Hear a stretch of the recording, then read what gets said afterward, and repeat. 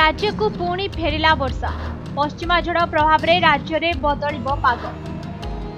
आसंता काली ठारू राज्य में हालुकारू मध्यम धरणर वर्षा हेबार संभावना रही। तेबे आसंता 31 तारीख जाए राज्य में पाग सुखिला रहिबो बोली पाणीपाग विभाग आकलन करथिला। पाग सुखिला रहिबा सह लगातार वर्षा रे ब्रेक लागिबो बोली सूचना मिलिथिला। मात्र एबे पश्चिमा झड़ प्रभाव में राज्य को वर्षा पुणी फेरिछि। यह प्रभाव में किछि स्थान रे वर्षा स्थिति आगामी 2 दिन जाए लागी रहिबो बोली कहा जाउछि। विशेष भाव उत्तर पश्चिम भाग ओडिशा रे वर्षार प्रकोप बढ़ी पारे बोली आशंका करा जाइछि। गोटिए पटे निकट रे अदिनिया वर्षा हेतु चाषी हैरान होइथिले।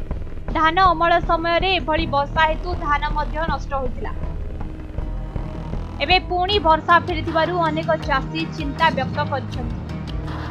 तेबे 2 दिन वर्षा लागी रहिबो बोली कहा जाइछि। परे नुआ वर्ष जाए पाग सुखिला रहिबो बोली आशंका करा जाइछि। नुआ वर्ष रे पाग अनुकूल रहि पारे। अन्यपटे आसंता वर्ष जनवरी 3 तारिख रे पुणी बंगोपसागर रे आउ एक लघुचाप क्षेत्र सृष्टि होई पारे।